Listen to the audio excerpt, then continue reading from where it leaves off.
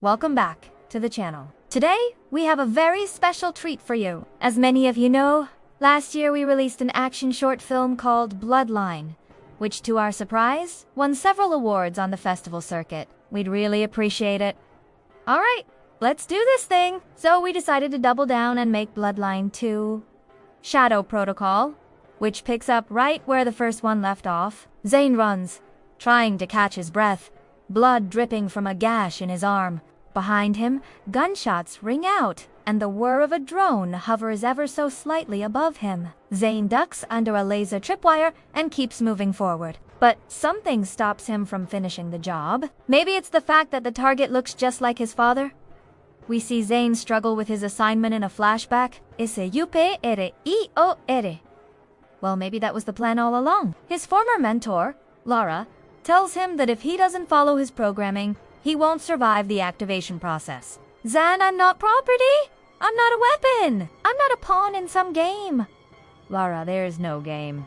Zane, is only survival. Wait till you see what I've got planned! Victor pulls out a small remote.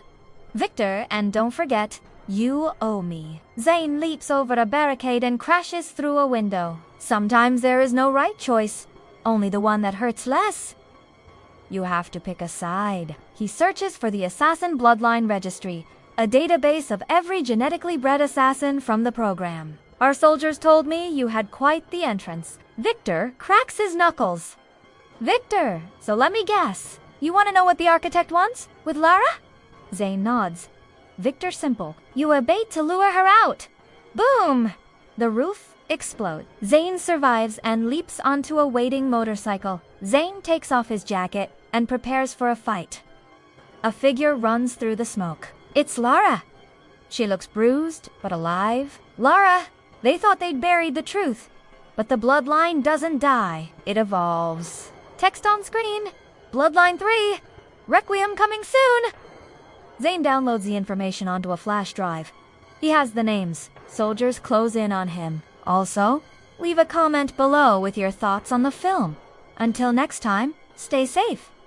Alarms blare. Laser grids lock down the room. The voice of the architect echoes through speakers. Lara shoots them all. One of them drops his shield and reveals that he's wearing a camera. Lara, shit! She sprints away. You came for answers.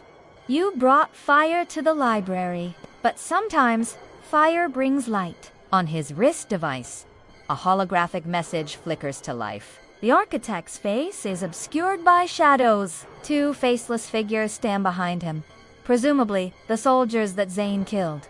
She kneels next to the unconscious target. Lara, get out of here! They're coming! They get up and circle each other like wolves. Zane lands a kick to Victor's chest. Victor staggers backward. Victor taunts Zane. Victor, give up! You don't stand a chance!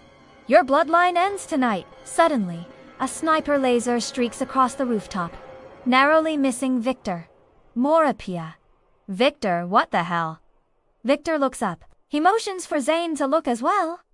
Victor looks like company. Soldiers appear at the edge of the roof. The architect stands in front of them. The architect, come out. Come out. Little assassins, it's time for you to meet your maker. Victor lunges at Zane, knocking him off balance. They wrestle in the rain. Zane runs. Lara disappears around the corner. In the alley, Zane finds a target. He helps him up. Target reveals that he's with Section 5. They ask each other who the other is working for. Zane says he's working for himself. He runs. Lara missing. Last seen. Oslo. Protocol Shadow activated. Like the last one, expect some twists, some betrayals, and plenty of action. The darkness swallows him whole. Inside the safe house, Zane tends to his wound with a medkit while watching the news on a nearby screen. The media circus surrounding the collector's death is in full force. Victor reveals that he knows all about Lara and that she's alive. Victor admits that he was the one who tipped off Section 5 about Lara. Victor, you think this is about her? This is about control. The architect wants the names. The assassin registry your father stole. Zane, I didn't come here to play chess. I came here to end it. Victor, then why are you still following their rules? Outside, Police cars zoom by. People walk past, holding signs that read justice for the victims and end the assassin program.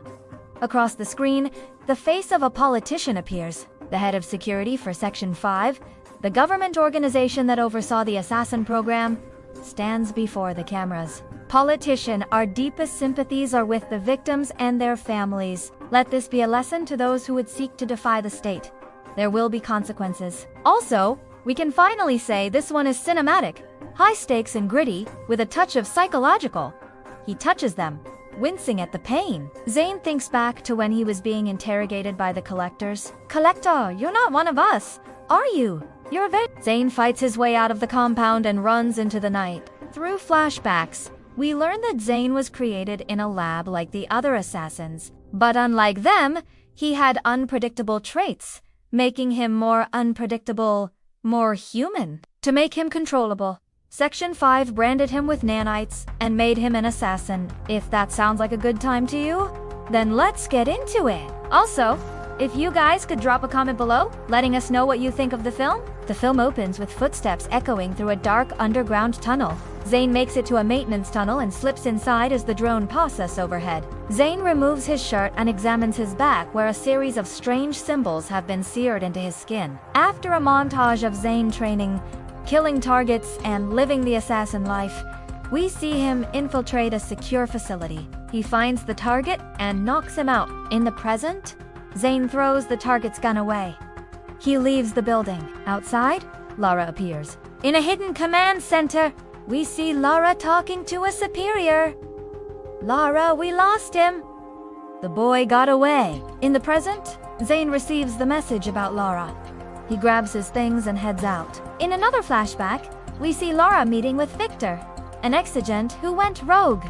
Victor, you think the collectors are bad? In the present, Zane arrives at an abandoned library. He meets with his contact. It's Victor! Suddenly, the lights turn on and soldiers appear, pointing their weapons at Zane. Zane takes off. Soldiers shoot at him. Inside the vault room of a brutalist compound, Zane hacks into the mainframe. It's revealed that the architect has been watching Zane and Lara through a screen. In the present, Zane makes it to the roof. It's raining. He sees Victor waiting for him. Victor, you're late. The two engage in a brutal hand-to-hand fight. They roll around in the dirt, smashing glass and slashing each other with knives. As Victor gains the upper hand, we see a flashback of Lara fighting against a group of heavily armed men. Back in the present, Victor gets the upper hand and pins Zane to the ground. Victor, this is it! Zane, this is where your story ends. With everything on the line, Zane activates Shadow Protocol, triggering explosive failsafes that he planted earlier. In the aftermath, we see footage of the facility engulfed in flames. Thanks for watching. If you liked the video, please hit like and subscribe.